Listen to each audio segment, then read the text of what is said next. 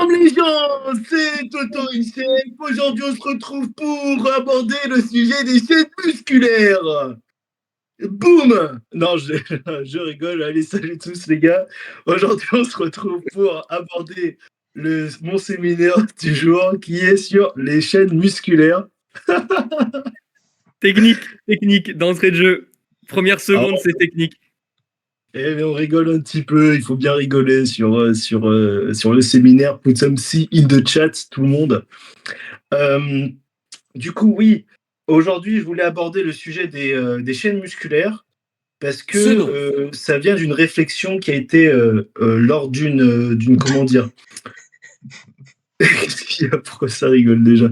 Ça a été une réflexion qui m'a été apportée par un monsieur qui venait, c'était un genre de kiné docteur qui venait de Lisbonne, qui est venu nous faire une, euh, un workshop sur un week-end entier où en fait il abordait des pathologies, mais aussi en fait des manières de prendre en charge des personnes qui peuvent être qui ont des pathologies un peu plus graves, parce qu'en fait là où je travaille, ben, en fait on s'occupe de plein de personnes différentes, donc avec plein de pathologies, mais aussi des sportifs de haut niveau, des sportifs de haut niveau à en devenir, je l'espère. Du coup, oui, c'est une réflexion qui m'est venue de ce monsieur, puisqu'il nous a laissé euh, en suspens, on va dire, sur une consigne qu'il nous avait donnée qui était: travailler avant tout les chaînes musculaires. Quand vous voulez travailler, quand vous voulez programmer, pensez en chaînes musculaires au lieu de penser en muscles, au lieu de penser en muscles isolés. Du coup, je me suis penché du coup sur la question. J'avais envoyé un message à Mathieu il y a cela quelques semaines, voire mois, je ne sais plus quand est-ce que c'était précisément, à propos du travail en chaîne croisée, s'il avait euh, des, euh, comment dire, des conseils sur comment est-ce que je pouvais aborder la chose, comment est-ce que je pouvais travailler, puisque lui, il est plutôt accoutumé du travail en chaîne croisée, par exemple. Donc, voilà ma réflexion à propos des chaînes musculaires, et on va aborder tout ça. Donc, pour commencer, ok, on va partir sur une définition que j'ai trouvée dans un article de José Luis Rosario, qui nous dit, donc tout ça, je l'ai traduit en français, donc vous saurez très bien que ce n'est pas en français à la base, mais pour comprendre très rapidement comment ça marche, ici on peut déjà voir avec ce schéma, c'est que le corps humain, tous les muscles du corps humain, en fait, sont mis les uns derrière les autres, les uns dans une continuité des uns des autres. Et en fait, on s'est rendu compte que d'une certaine manière, ils travaillent dans une certaine synergie. Ok.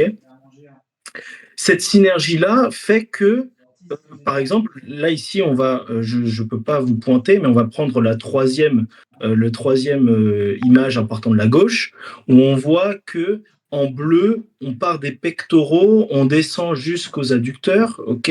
Et en fait, ça représente une chaîne de flexion. Donc, ce qui veut dire que si on veut faire un mouvement de flexion du tronc, au niveau des pectoraux, ce qu'on se rend compte, c'est que si on veut faire une flexion de tronc, ok, on va venir se fermer le tronc, donc ça veut dire contraction des pectoraux, mais aussi contraction de l'abdomen, donc du grand droit, etc.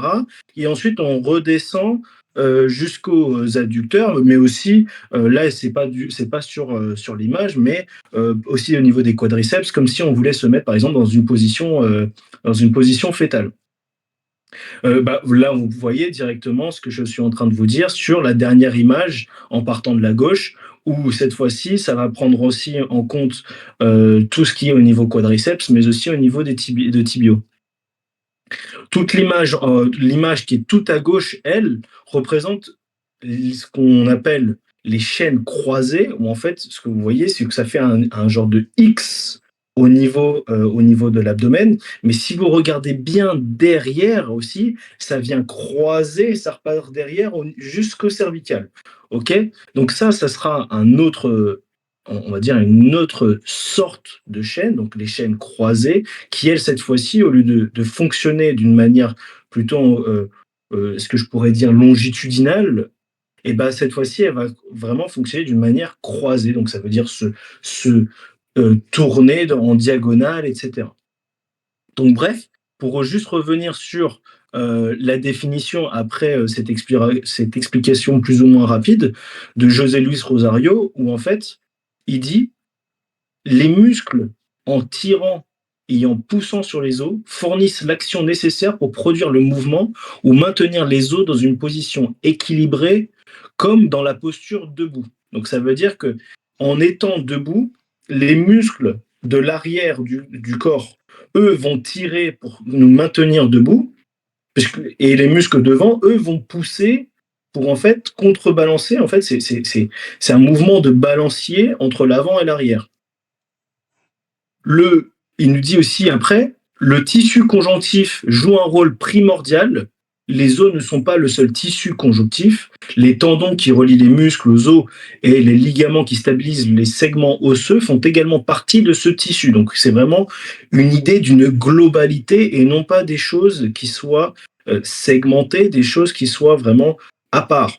Le fascia est un autre élément important du tissu conjonctif. Donc juste pour vous remettre dans vous tous ici, vous savez ce que c'est que le fascia, mais pour les personnes qui vont nous écouter, le fascia, c'est, on va dire, une enveloppe qui entoure le muscle, qui fait une genre de gaine, d'accord. Et une hypothèse est que cette gaine-là soit continue sur l'ensemble du corps et qu'en fait, qu'il passe d'un muscle à un autre, et donc qui rejoint cette idée de chaîne musculaire. Ok, ça c'est pas forcément, on n'en parle pas ici vraiment du rôle du fascia, mais c'est pour comprendre un peu ce qu'on comprend du fascia et ce qu'on voit aujourd'hui. Donc le fascia est un autre élément important du tissu conjonctif. Il travaille en collaboration avec les muscles en appliquant l'endomysium, l'épimysium et le périmysium. Donc ça, c'est au niveau de cette, j'allais dire pellicule, mais c'est pas le bon mot. Mais oui, au niveau de cette pellicule, c'est les différentes strates. C'est comme la peau, d'accord. Et les aide à se contracter et à maintenir la tension, plus précisément la transmission de la tension à travers l'épimysium qui contribue à la force musculaire. Ok. Est-ce que pour l'instant tout va bien pour vous? Tout est OK. Ok. Donc, ce que je vous disais, c'est en général, donc les muscles de l'avant du corps, ils vont générer de la force en flexion, donc la flexion du corps en partant de la tête jusqu'aux pieds, et les muscles de l'arrière, eux, vont générer de la force vers l'extension. Donc, toujours ce balancier entre l'avant et l'arrière. S'il manque un côté, ben, on va tomber d'un côté ou de l'autre. D'accord.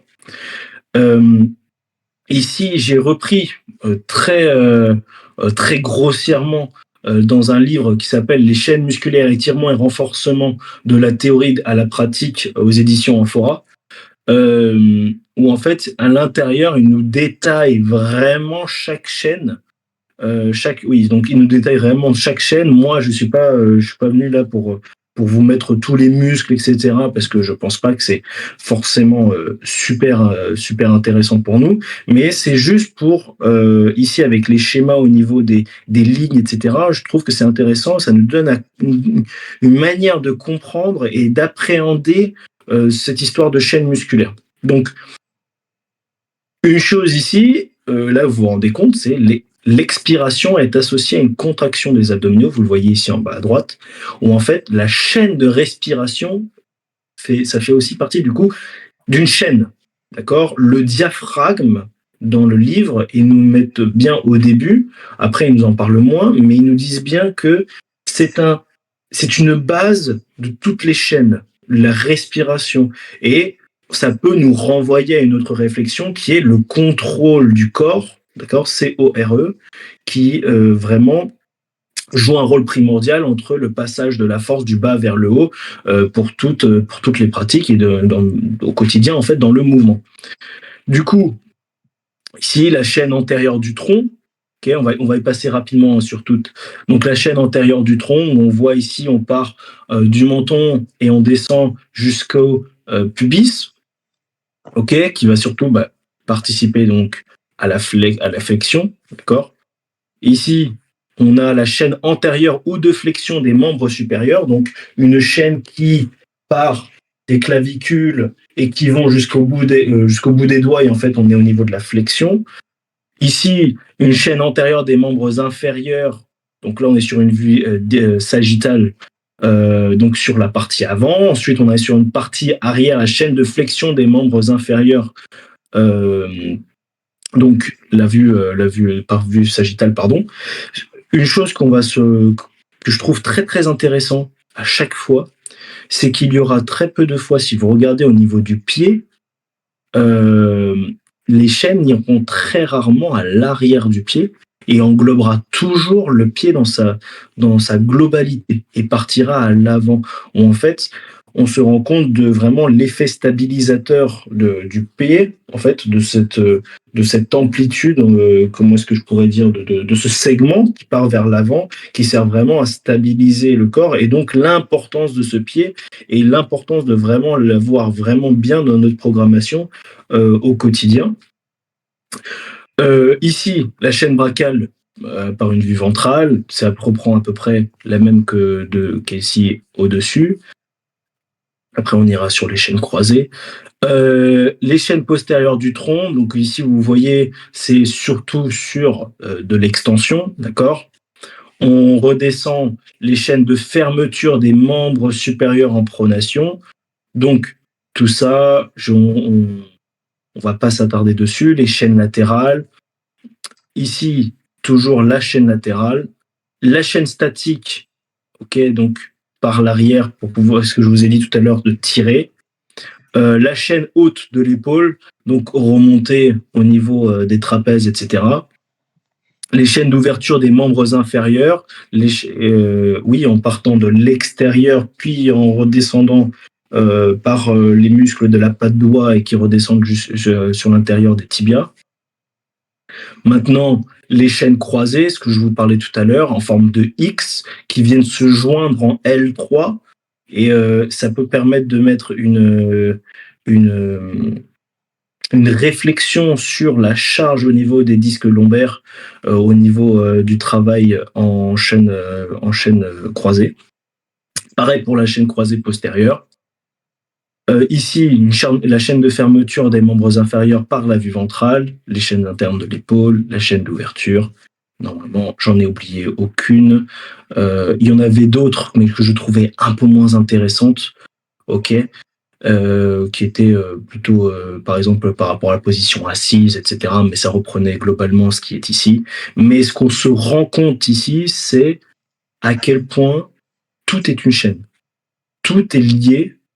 Et donc, ce qui est intéressant, c'est de se dire, ok, en fait, je vais, en plus de réfléchir en vecteur de force, par rapport à certains mouvements, par rapport au travail que l'on veut faire avec nos sportifs, nos athlètes ou autres, et ben, je vais réfléchir dans une continuité, donc dans une chaîne. Je ne sais pas si vous voyez ce que je veux vous dire. Et on a tendance souvent à vouloir se dire, ok, je vais travailler au niveau fessier aujourd'hui, donc je vais faire tel mouvement. Au lieu de se dire, eh ben, moi aujourd'hui, je veux travailler en extension, je veux travailler en flexion. Et ensuite, découper plutôt le travail à partir de ça. Mais bien sûr, on ne va pas travailler avec cette image globale avec des personnes qui ont un peu plus quand je dis de difficultés, ça va être avec certaines personnes qui ont certaines pathologies, etc. Bien sûr, on reprend toujours son contexte, mais ça peut être un objectif final de se dire, eh ben moi, ce que je veux à la fin, c'est arriver à un bon contrôle de cette chaîne-là. Par exemple, je prends moi de certains dans mon cas, je peux travailler avec donc des personnes âgées, très sédentaires, qui ont du mal à se lever. Et ben moi, je peux vouloir peut-être maîtriser cette chaîne statique, donc debout, ou au contraire travailler en extension pour faire cet exercice juste de se lever de sa chaise sans céder, sans se tirer avec les bras, etc. Donc ça peut être un objectif final pour pouvoir en arriver là. Ok. Dans les activités sportives, pour vraiment vous montrer à quel point on parle de chaîne, ce même livre, à la fin, il nous parle en fait des préconisations de travail par rapport à des activités sportives. Donc c'est plus voilà des exemples pour vous, c'est plus des exemples pour vous dire, bah regardez, dans chaque activité sportive, on va travailler en chaîne musculaire, d'accord?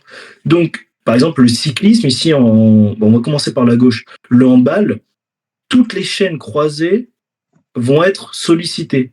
Toutes les chaînes d'ouverture aussi du membre MS, c'est le membre supérieur, vont être aussi sollicitées. Donc, ça peut être intéressant de les travailler pour pouvoir améliorer les mouvements, pour pouvoir augmenter la force, etc. Et donc, travailler en chaîne croisée antérieure, donc en chaîne croisée antérieure pour en fermeture, mais en, en diagonale, et en chaîne d'ouverture du membre supérieur, donc la chaîne d'ouverture qui elle est juste comme ça, et non pas en flexion jusque, ou en extension par exemple, ici en croix, vraiment en englobant aussi la part du membre inférieur. En cyclisme, on travaille plutôt chaîne antérieure et postérieure des membres inférieurs, ainsi que la chaîne antérieure du tronc et des membres supérieurs. Donc cette chose-là d'être toujours recroquevillé sur sa bicyclette, et au niveau le cycle au niveau des membres inférieurs. En natation, les chaînes croisées d'ouverture et de fermeture du tronc. Ici, l'exemple qu'ils avaient dans le livre, c'était au niveau du crawl. D'accord? Donc, ça, c'est tout à fait logique. Chaîne croisée d'ouverture et de fermeture. Je viens ouvrir et ensuite je viens fermer devant moi sur l'eau. Au tennis, les chaînes croisées antérieures et postérieures du tronc et des membres inférieurs. En golf, les chaînes croisées antérieures du tronc et ceux aussi du membre inf et du membre supérieur, donc en fait au niveau du swing. Le football, les chaînes d'extension des membres inférieurs, les chaînes de flexion des membres inférieurs. Donc en fait c'est au niveau de l'armée du pied, puis ensuite au niveau où on tape dans la balle. Ok. Frieder, Krause et collaborateurs en 2016 nous parle des imbalances. J'ai plus le nom en français, donc je l'écris en anglais. Déséquilibre. Des déséquilibres, merci beaucoup. Qui m'ont donné à me dire, en fait, c'est intéressant. Des fois, on se dit, oh, j'ai un problème, j'ai une pathologie, j'ai un problème quelque part. Peut-être qu'il manque de renfort ici, on va travailler en iso là, etc., etc. Où en fait, ça a été démontré, en tout cas ce qu'il nous dit dans cet article, c'est que le long adducteur, d'accord, en travail, couplé aux muscles du bas de l'abdomen, s'ils sont l'un est plus fragile, pas fragile, mais est moins fort que l'autre, et ça peut créer certaines pubalgies, en tout cas des douleurs au niveau de l'aine. Donc ça peut être intéressant de se dire, au lieu de dire, je sais que j'ai une pubalgie, peut-être que je manque juste de force au niveau des adducteurs. En fait, ça peut être intéressant de se dire, avec quoi d'autre il fonctionne, et est-ce que c'est pas l'autre qui fonctionne moins bien, et donc qui fait que celui-ci est sursollicité. Ça, je vous apprends rien, mais c'est juste pour redézoomer et de se dire, en fait, je peux peut-être regarder au niveau des chaînes et comment ça fonctionne, et ça peut peut-être m'aider pour aller plus vite dans mon raisonnement et pour pouvoir trouver une solution. L'impact ici de la performance sportive, qui nous dit aussi dans ce même article, le transfert de force via les chaînes pourrait influencer le développement de la force et l'amplitude de mouvement lors de mouvements multisegmentaires, ainsi que pendant la locomotion. Un exemple, c'est l'amplitude de mouvement de la cheville semble être influencée par la posture de la tête projetée vers l'avant. Donc, plus ma tête va être projetée vers l'avant, et moins j'aurai d'amplitude au niveau de la flexion de cheville. Alors que ça peut paraître zipuré, on est tout en haut alors qu'en bas.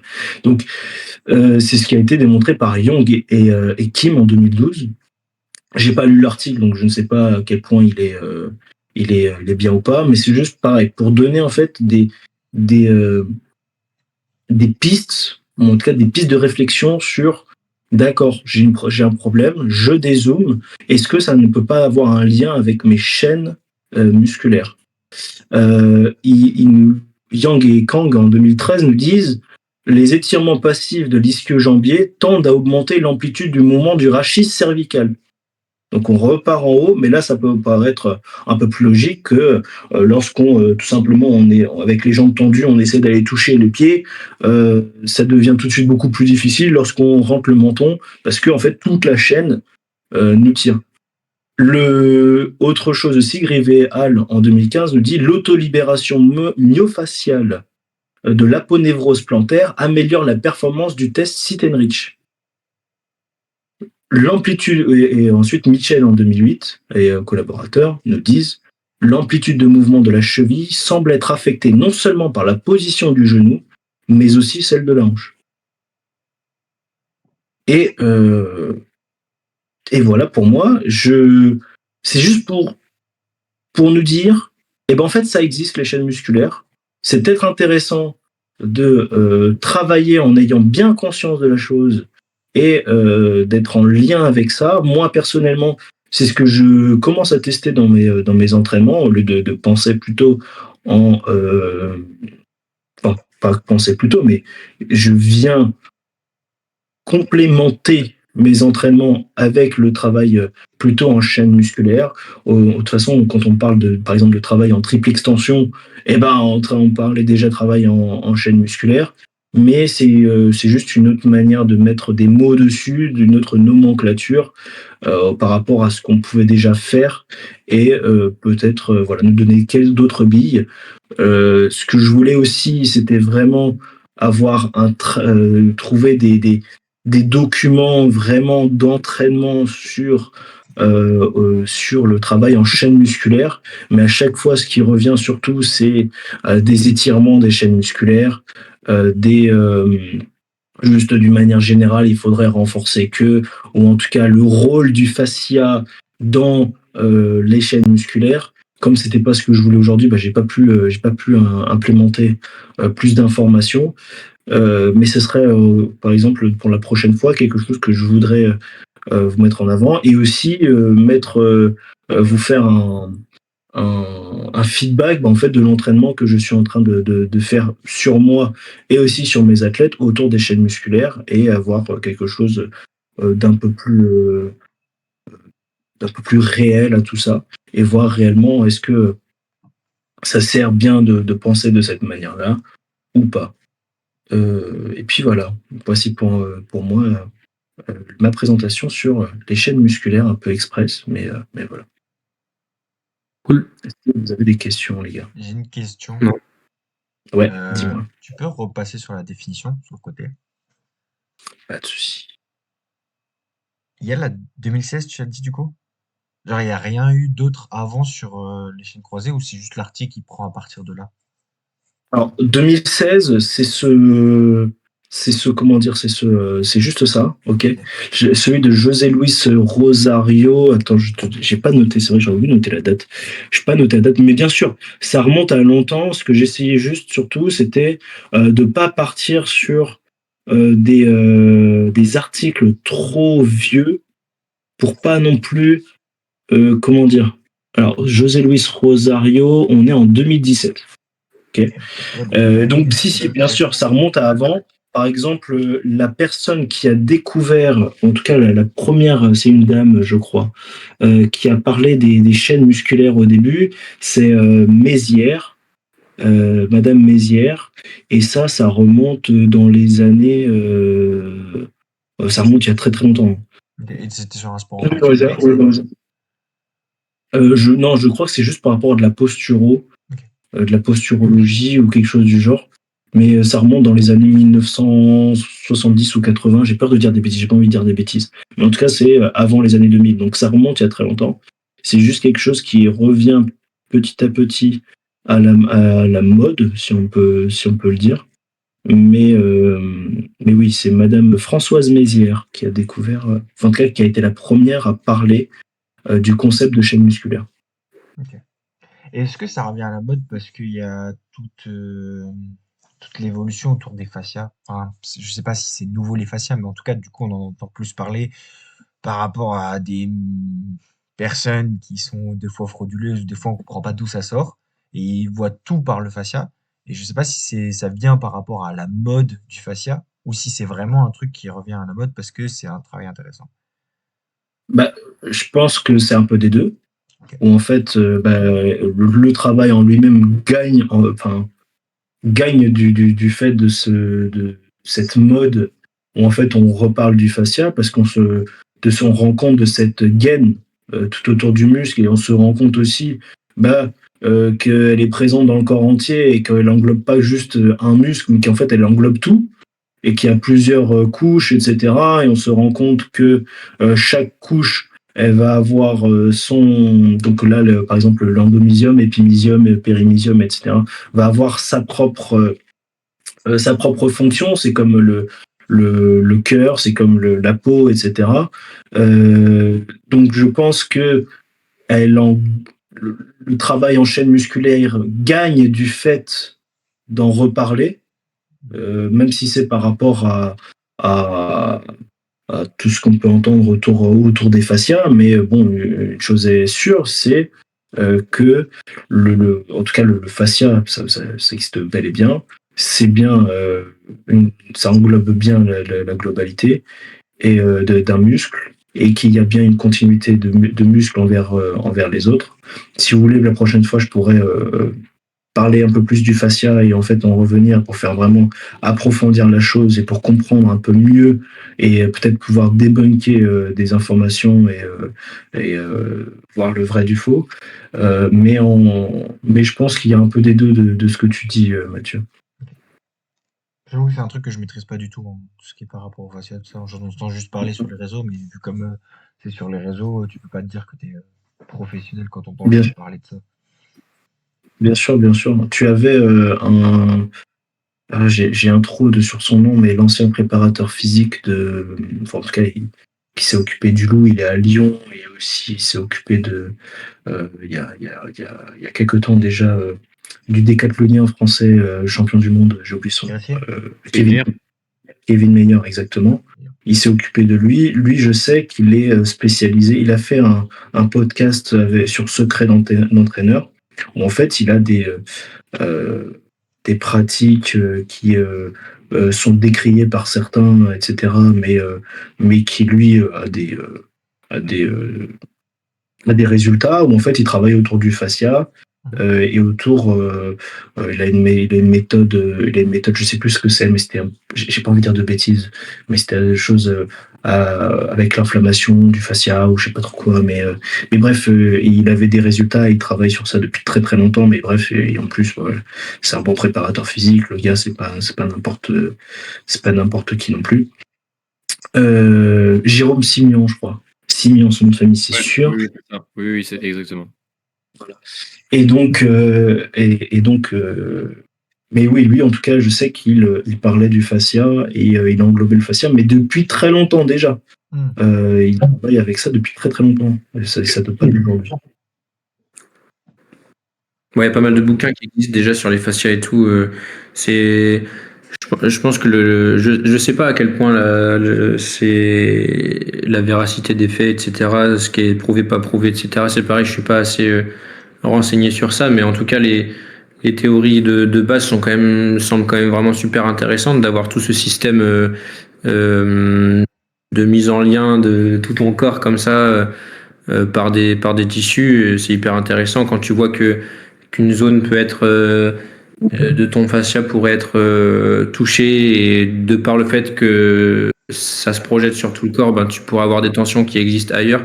Ça peut être des biais explicatifs qui sont hyper intéressants. Après, voilà, je sais pas à quel point c'est justifié, à quel point l'avancée et tout. Il faudrait que je me renseigne, mais en tout cas, ça fait un moment que ça existe, ça fait bien quelques dizaines d'années, enfin, ou au moins une dizaine d'années que les études et les recherches avancent sur ça, mais c'est hyper intéressant.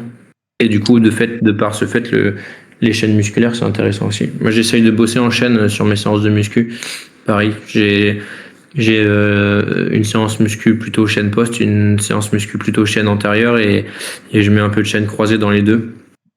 Et en fonction de la distance du match, j'ajuste le volume et l'intensité plus ou moins, mais j'essaye de fonctionner comme ça sur la proposition des mouvements. Moi, j'ai Super, du mal à voir l'intérêt. Enfin, en fait, en réhab, oui, c'est vrai que c'est hyper intéressant, tu vois, le côté, ce que tu disais, si ces deux muscles font partie de la même chaîne et que j'ai mal à tel endroit, dans ce cas-là, ne pas chercher uniquement à cet endroit-là, mais aller chercher ailleurs, tout simplement. Est-ce que c'est pas mon adducteur qui est lié à mon psoas ou que sais-je, parce qu'on parle de flexion, de machin, enfin bon, je sais pas, voilà. Mais en termes de performance, bien sûr, moi je raisonne plus du tout, enfin, plus du tout, ça m'arrive, mais en termes musculaires. À part si, effectivement, comme, je sais pas, Baudouin il dit, alors chaîne postérieure, oui, mais je raisonne plus en squat, push, pull, squat, hinge, sur le haut du corps, push vertical, push, enfin vertical, horizontal, et pareil, tirage vertical, tirage horizontal, un peu plus comme ça. Mais du coup, je vois pas l'intérêt supplémentaire de la chaîne. Est-ce qu'il y a un côté coordination intermusculaire? Est-ce qu'il y a un côté, ça se rapproche plus en fonction des exercices que tu trouves de mouvement, comment dire, tu sais, tu te rapproches plus des patterns de mouvement de ton sport. En fait, Ouais, c'est juste Question. Vas-y, pardon. c'est pas forcément des patterns de mouvement du sport, mais c'est des patterns de mouvement les patterns de mouvement de manière générale. En tout cas, c'est ce que je comprends. C'est je vais faire un sprint. Dans un sprint, ça va comporter de l'extension, de bassin, de genoux, de cheville. Puis ensuite, il va y avoir un mouvement de translation des épaules qui va avoir une extension coude vers l'arrière, machin. Enfin bref, en gros, tout ça, tu sais, tu rentres en fait dans ce délire de chaîne parce que ton mouvement, il n'est pas juste isolé. Donc, je vais travailler sur mon extension, donc ma chaîne d'extension. Je vais travailler aussi sur ma flexion, mais par rapport à cette fois-ci d'un point de vue antagoniste, par exemple. Je vais travailler aussi sur ma flexion. Enfin, tu vois, c'est plus mettre, comme je te disais à un moment donné, c'est peut-être aussi changer juste la nomenclature, la manière dont tu dis les choses, mais en tout cas, c'est peut-être déjà ce que tu es déjà en train de faire. Ouais, je me dis, est-ce que... Alors après, par contre, peut-être que dans l'ensemble de ta séance, comment tu vas programmer ta séance, et a fortiori ton cycle, justement, ça va changer. Tu vas dire, je vais plutôt être sur ma chaîne de flexion ou ma chaîne d'extension, et donc je vais avoir tel mouvement, tel mouvement, tel mouvement, et je vais raisonner de cette manière-là. Et je vais travailler, du coup, là, si on reprend la chaîne que tu nous avais montré tout à l'heure, et je vais travailler mes pecs et mes abdos en flexion et mes adducteurs, par exemple, et je vais faire, du coup, en fait, ça va me faire un full body, mais sauf que au lieu d'avoir raisonné en push-pull leg ou en upper-lower ou en squat hinge ou en push-pull, que sais-je, et tu vas raisonner en chaîne comme ça, je sais pas. Mais est-ce que du coup, de la manière dont on fait, enfin beaucoup maintenant, très bon, je pense bons préparateurs physiques font, à savoir raisonner en pattern de mouvement, d'extension de hanche, de flexion de genou, d'extension de genou, etc. On n'est pas déjà en fait en train de travailler sur finalement. Tu vois. Si, je pense que les deux se rejoignent en fait. Après, c'est comment toi tu veux, en fonction de ta discipline aussi, comment tu veux organiser tes séances dans ta semaine, en fonction du nombre de séances que tu as, etc. Moi, dans mon cas, j'ai 2 séances dans la semaine. En général, en moyenne, j'ai 2 séances. Je veux passer partout.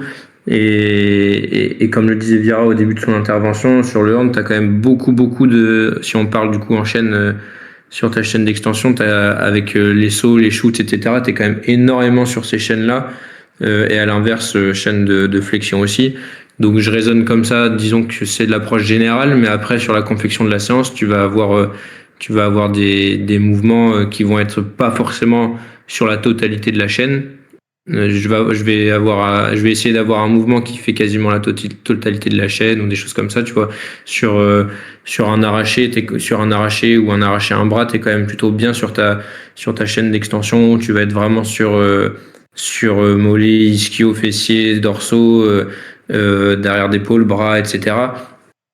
Où là c'est plutôt complet, mais derrière dans la séance, je vais avoir du tirage, ou alors le tirage, je vais le mettre en position de fente avec un tirage à un bras, ce qui fait qu'il y aura aussi, en ce moment je fais ça où du coup il y a un peu entre guillemets de chaîne croisée, puisque je leur demande de venir chercher loin au début et loin en arrière sur le tirage.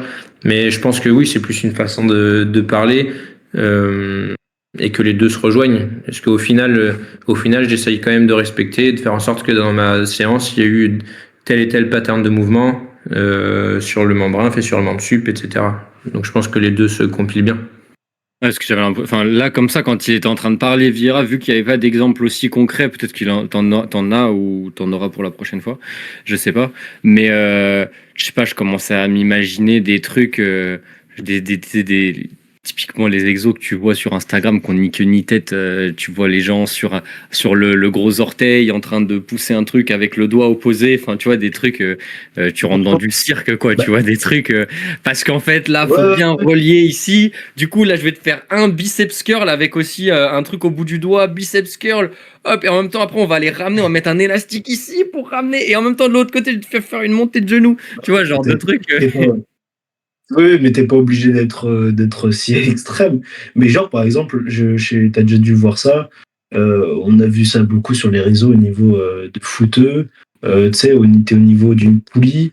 Tu tiens ta poulie et tu fais une fente en arrière et tu tires en même temps, tu vois. Bah, ça, c'est Ouais. un travail en chaîne, par exemple. Mais ça, tu vois, Voilà. en MMA, ils le bossent énormément. Enfin, il y a pas mal de préparateurs physiques qui l'utilisent. Bon, pas tous. Je crois que celui de Benoît Zani, il n'utilise pas du tout ça. Mais tu vois, j'avais déjà vu Ngannou, des choses comme ça, utiliser ça en mode. En fait, ils ont un bras de levier un peu en.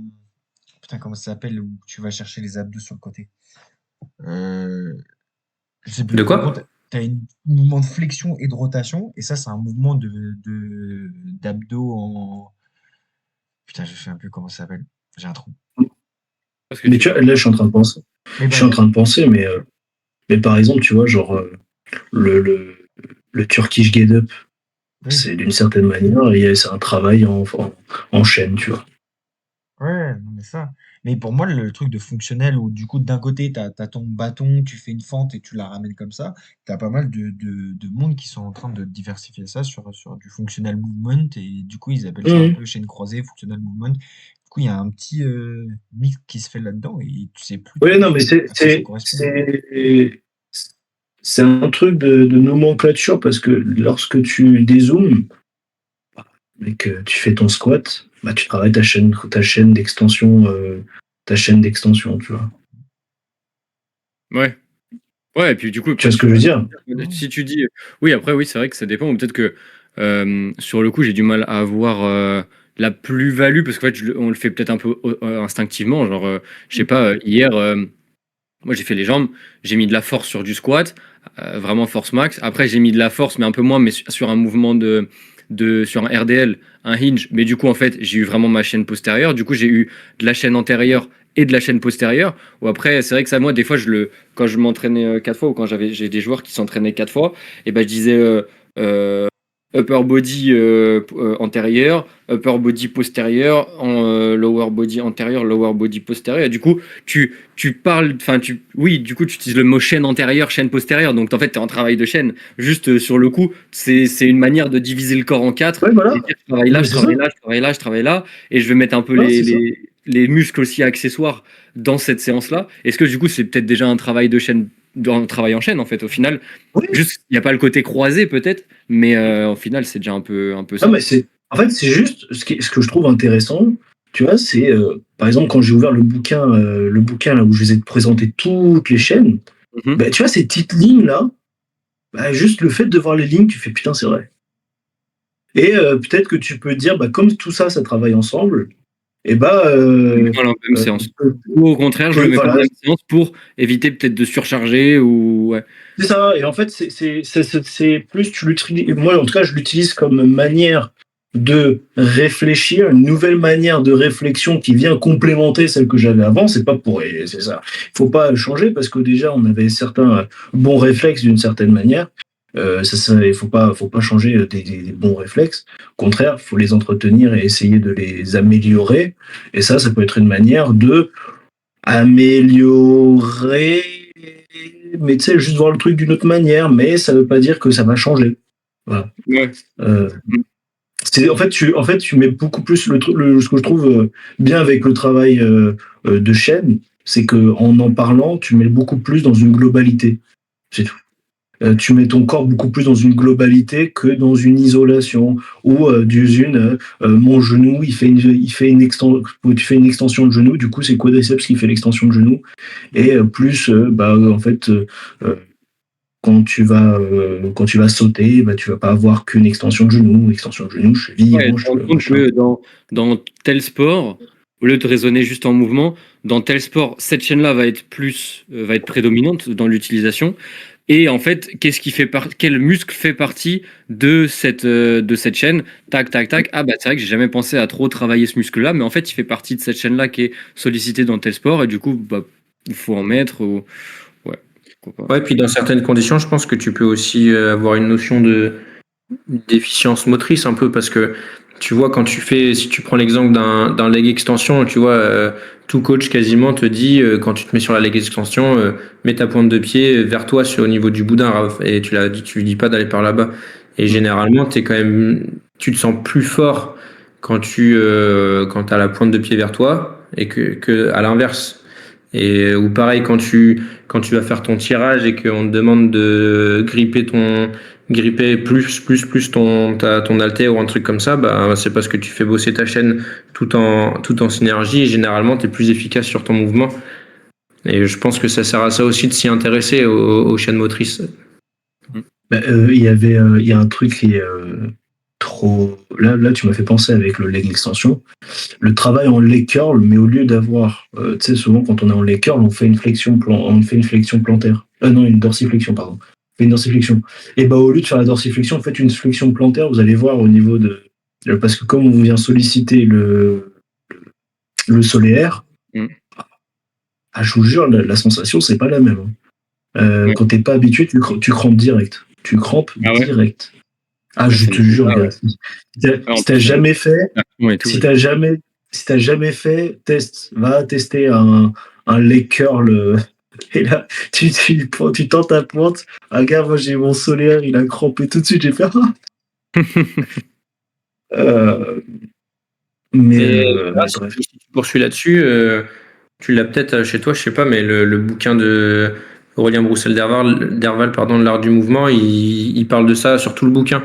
C'est les chaînes musculaires et il propose des exercices, tout le bouquin sur ça en fonction. Et justement, ça va. Bon, il y a des exercices qui vont chercher un peu alors que Clossé, il dirait peut-être un peu dans du cirque.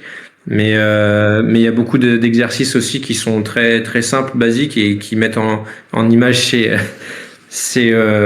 chaînes. Et il est cool, franchement, il est bien.